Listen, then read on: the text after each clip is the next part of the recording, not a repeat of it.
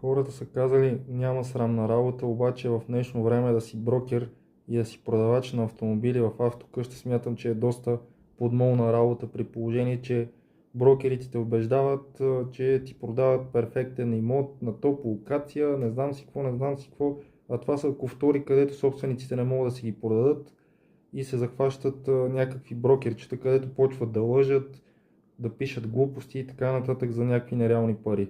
Същото е и с продавачите на автомобили в автокъщите.